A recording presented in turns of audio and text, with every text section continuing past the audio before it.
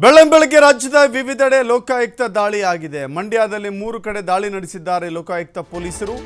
BBMP ಅಧಿಕಾರಿ ಮಂಜೇಶ್ ಸಂಬಂಧಿಕರ ಮನೆಗಳ ಮೇಲೆ ದಾಳಿಯಾಗಿದೆ.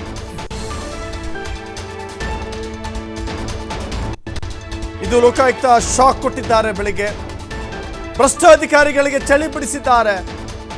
ಮಳವಳ್ಳಿ ತಾಲೂಕಿನ ಹಲಗೂರು ಗುಂಡಾಪುರದಲ್ಲಿ ರೇಡ್ ಆಗಿದೆ. ಮಂಜೇಶ್ ಸಂಬಂಧಿ ಸುರೇಂದ್ರ ಅವರಿಗೆ ಸೇರಿದಂಥ 2 ಮನೆಗಳ ಮೇಲೆ ದಾಳಿಯಾಗಿದೆ. ಎಸ್ಐ ಕೋಡಿಹಳ್ಳಿಯಲ್ಲಿ ಮನೆಗಳಿದ್ದಾವೆ. ಆ ಮನೆಗಳ ಮೇಲೂ ಕೂಡ ಅಧಿಕಾರಿಗಳು ಪರಿಶೀಲನೆ ಮಾಡಿದ್ದಾರೆ. ಬೆಂಗಳೂರಿನಲ್ಲೂ ಜೊತೆಗೆ ಆ ಅಧಿಕಾರಿಗೆ ಸಂಬಂಧಪಟ್ಟಂಥ ನಿವಾಸಗಳಲ್ಲೂ ಕೂಡ ದಾಳಿಯಾಗಿದೆ.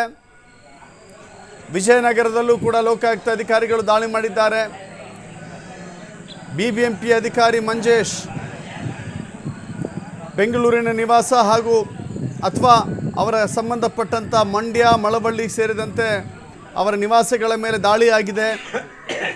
ಅವರು ಕರ್ತವ್ಯಕ್ಕೆ ಸೇರಿದಾಗಿನಿಂದ ಇಲ್ಲಿವರೆಗೂ ಗಳಿಸಿರುವಂಥ ಅಧಿಕೃತ ಆದಾಯ ಎಷ್ಟು, ಆದಾಯ ಮೀರಿ ಗಳಿಸಿದ ಆಸ್ತಿ ಎಷ್ಟು, ಆ ಆಸ್ತಿಗಳು ಯಾರ ಹೆಸರಲ್ಲಿದೆ, ತಮ್ಮ ಹೆಸರಲ್ಲಿ ಎಷ್ಟಿದೆ, ತಮ್ಮ ಪತ್ನಿಯ ಹೆಸರಲ್ಲಿ ಎಷ್ಟಿದೆ, ಮಕ್ಕಳ ಹೆಸರಲ್ಲಿ ಎಷ್ಟಿದೆ, ತಂದೆ ತಾಯಿ ಅಣ್ಣ ತಮ್ಮ ಹೀಗೆ ಬೇನಾಮಿ ಆಸ್ತಿ ಏನಾದರೂ ಮಾಡಿದ್ದಾರಾ,